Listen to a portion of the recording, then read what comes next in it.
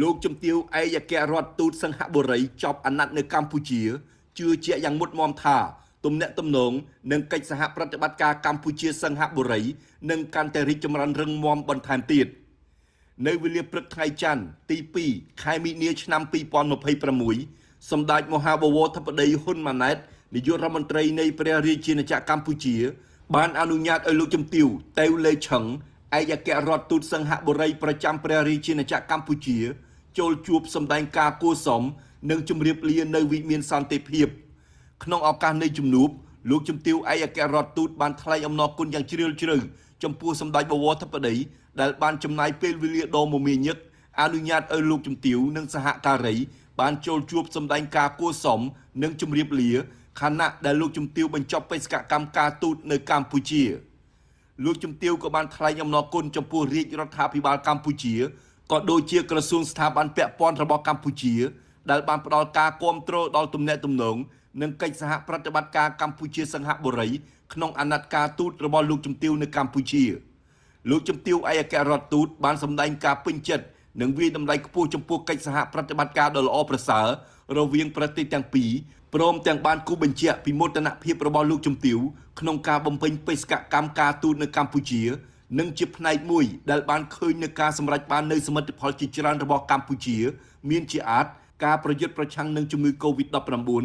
ការធ្វើជាម្ចាស់ផ្ទះរៀបចំកិច្ចប្រជុំកំពូលអាស៊ាននិងកិច្ចប្រជុំកំពូលពាក់ព័ន្ធព្រមទាំងការប្រកួតកីឡា SEA Games និងកីឡាអាស៊ាន Para Games ជាដើម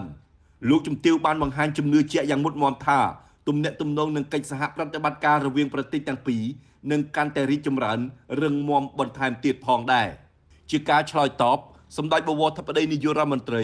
បានសម្ដែងនូវការវាយតម្លៃខ្ពស់ចំពោះការចូលរួមចំណែករបស់លោកជំទាវឯកអគ្គរដ្ឋទូតតេវលេឆឹងក្នុងការចូលរួមចំណែកពង្រឹងនៅទំនាក់ទំនងនិងកិច្ចសហប្រតិបត្តិការកម្ពុជាសិង្ហបុរីឲ្យកាន់តែរឹងមាំសម្ដេចបវរធិបតីក៏បានសម្ដែងនូវការអបអរសាទរចំពោះលោកជំទាវផងដែរដែលទទួលការតែងតាំងសម្រាប់ភារកិច្ចថ្មីរបស់លោកជំទាវសម្ដេចបវរធិបតីក៏បានថ្លែងអំណរគុណចំពោះការចូលរួមរបស់សិង្ហបុរីក្នុងការគាំទ្រនិងជំរុញឲ្យមានបទឈប់បាញ់រវាងកម្ពុជានិងថៃនាពេលកន្លងមកឆ្លៀតក្នុងឱកាសនេះសម្ដេចបវរធិបតីក៏បានគូបញ្ជាក់ថាកម្ពុជានិងសិង្ហបុរីនៅមានសក្តានុពលជាច្រើនទៀតដែលជាកលានុវត្តភាពក្នុងការជំរុញនិងពង្រីកកិច្ចសហប្រតិបត្តិការរវាងប្រទេសទាំងពីរឲ្យកាន់តែរឹងមាំនិងជិតស្និទ្ធបន្ថែមទៀតលើវិស័យសំខាន់ៗរួមមានវិស័យសេដ្ឋកិច្ចពាណិជ្ជកម្មនិងការវិនិយោគការអប់រំនិងការបណ្ដុះបណ្ដាលវិជ្ជាជីវៈជាដើមពាក់ព័ន្ធនឹងបញ្ហាព្រំដែនកម្ពុជាថៃ